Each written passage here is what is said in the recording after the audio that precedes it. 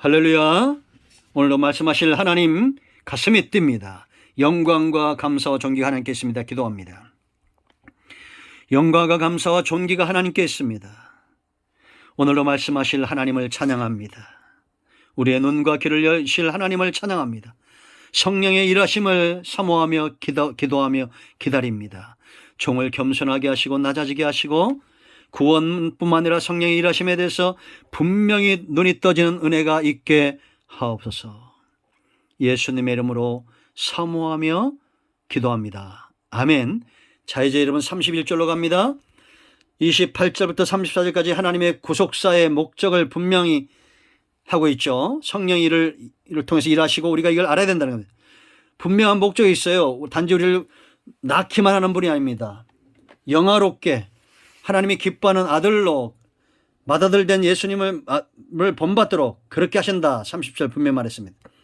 이 일을 위해서 하나님이 어떤 열정을 이야기하느냐, 그 열정을 31절부터 보여주고 있어요. 자, 31절 말씀 보세요. 핵심은 이겁니다. 자, 31절 누가 대적하리요 그랬습니다. 또 33절에 누가 고발하리요 그랬고 34절에 누가 정죄하리요 그랬습니다. 왜냐? 하나님이 열정을 갖고 있기 때문에 누구도 막을 수 없다는 겁니다. 자, 여러분 31절 어떤 열정이 있느냐? 그런즉 이 일에 대해, 일이 뭐겠어요? 우리를 구원시키고 영화롭게 하는 거예요. 우리가 무슨 말 하리요? 만일 하나님이 우리를 위하시면 누가 우리를 대적하리요? 여러분, 우리가 누군가 열정을 내는 분이 있으면 손사래를 칩니다. 아우, 그 사람. 나쁜 사람도 있고 손사래 칠 때 또 좋은 열정을 가진 사람도 있죠. 아, 대단해. 손흥민 보세요, 여러분. 손흥민 대단하지 않습니까? 저는 우리 노예 프로 대전 시티즌에 속했던 장철우란 축구선수가 4대 천왕이었고 역대 대전 프로팀의 4명 가운데 1명입니다. 그런 분이 있어요. 이분이 지금은 이제 50 다 돼갔습니다. 다 돼가서 저랑 같이 한번 축구해 본 적이 있습니다. 5명, 6명이 불러도 쫓아갈 수 없어요. 그러니까 축구하면 장철우 목사, 이럽니다. 대단한 겁니다. 그런데 여러분들, 우리는 정말 나쁘게 말하면 질리도록 하나님의 열정에 몸소리 쳐질 만큼 하나님 하면 열정만 생각나야 됩니다. 제가 성경을 말할 때 한 절로 말할 수 있다고 그랬죠. 그건 뭐라고 했어요? 예? 이사야 37장 30절에 하나님의 열심이라고 말했잖아요. 하나님의 열심. 하나님이 이사야를 통해서 책망하시고 그들을 징계하실 것을, 그래서 온 땅이 이제 포로가 되고 성읍은 회파되고 땅은 황무하게 될, 그런데도 그 땅에 사람들이 돌아와서 성읍이 회복이 되어지고 다시 여호와를 찬양하고 노래하고 예배하는 때가 올 것이다. 여호와의 열심히 이룰 거라고 말했잖아요. 하나님을 한마디로 말하면 열정입니다. 열심이에요. 누구도 우리를 대적할 수 없다는 겁니다. 여러분, 이걸 응답으로 받으시길 바랍니다. 여러분 주변에 여러분이 때로 연약하고 죄인이고 낮아진다고 여러분들을 누가 비난하거나 하면 여러분 스스로 당당하십시오. 그들과 싸우려고 하지 마세요. 나를 대적하실 사람은 아무도 없다. 하나님이 나를 위하여 예수님을 이 땅에 보내셨다. 나를 영화롭게 하는 일에 그 어떤 사단의 역사도 나를 막아설 수 없다. 하나님이 나를 위하고 있다. 하나님은 나의 아버지시다 라고 당당하게 새벽마다 일어나면서 여호와는 나의 목자시니 내가 부족함이 없습니다. 선포하십시오. 그날이 달라질 것입니다. 자, 30일 보세요. 우리가 누구 짤인지 하나님의 열정이 이와 같아요. 자기의 아들을 아끼지 아니하시고 우리 모든 사람을 위하여 내주시니가 어찌 그 아들과 함께 모든 것을 우리에게 주시지 아니하겠느냐. 여러분, 이 말씀은 머리로 하는 것이 아니라 여러분들이 가슴으로 깨달을 때까지 기도하고 붙들고 묵상해야 됩니다. 이 말씀을 붙들고 오늘부터 묵상하세요. 하나님, 이 사랑이 느껴지지 않습니다. 아들까지 날 위해 주셨는데 왜 내 가슴은 이렇게 냉랭합니까? 기도할 문제지 이거는 성경 공부할 문제가 아니에요. 그러니까 신천지 가지 마세요. 가는 분 없겠죠. 세상에 허접한 이단들입니다. 여러분, 저는 정말 아끼는 분들이 있습니다. 우리 교회도 아끼고 우리 장로님들도 아끼고 제가 사역하고 있는 우리 서울 모두를 아끼고 이건 뭐 제가 듣기 좋은 소리라는 게 아니라 우리 학장님은 보기만 해도 기분이 좋고 또 그런 분들이 많아요. 전국 곳곳에 많아요. 다 이름 불러주면 좋지만 안 불러준다고 삐질 분들도 없을 거예요.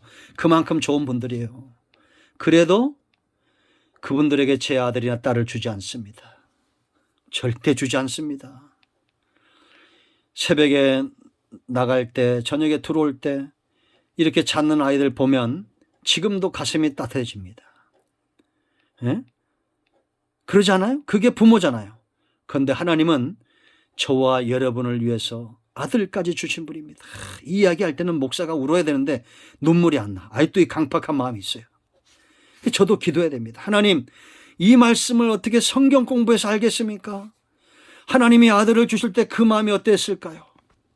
여러분, 성경에 보면 곳곳에 이런 아들, 아버지 하나님의 마음이 보입니다.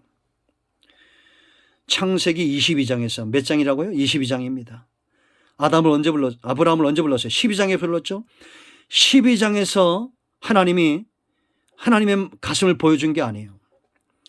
12장부터 아브라함을 다루기 시작합니다. 애굽에서 다루시고 기근으로 다루시고 또 21장에서는 그랄에서 다루시고 14장 15장에서는 가나안 왕들과 싸우게 하시면서 다루죠. 연단해요. 그럼 22장 가서는 이제 하나님이 아브라함에게 왜 믿음의 조상이 돼야 되니까 하나님의 마음을 보여줘요.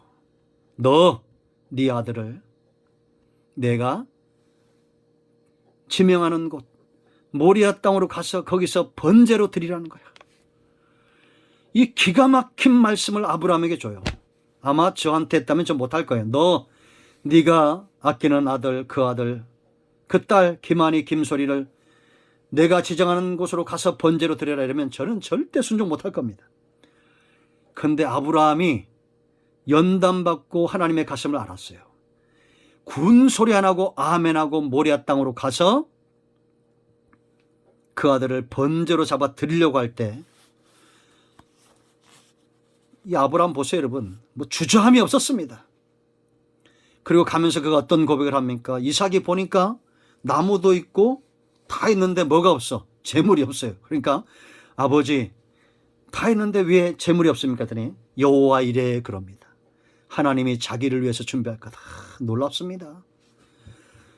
그리고는 그 아들을 묶어요. 그런데 이 아들도 그러니까 이삭이 예수님을 예표하는 거예요.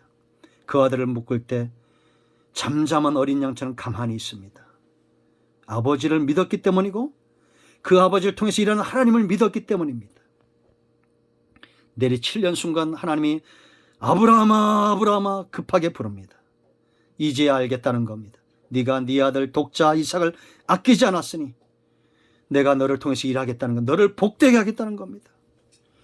이때 하나님이 아브라함에게 그 마음을 보여주신 거예요. 장차 내가 내 아들 독생자를 이 땅에 보내서 십자가에서 번제로 받을 터인데 너 이 마음을 아냐라는 겁니다. 여러분, 지금도 자기 십자가를 지는 자들이 있어야 됩니다.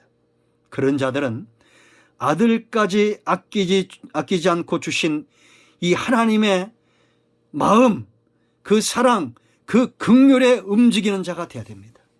이걸 공부려고 배우려고 하지 마세요. 오늘부터 여러분 이 말씀을 묵상하면서 씨름하세요. 하나님, 그 마음을 내가 알기 원합니다. 내가 져야 될 십자가가 있습니다.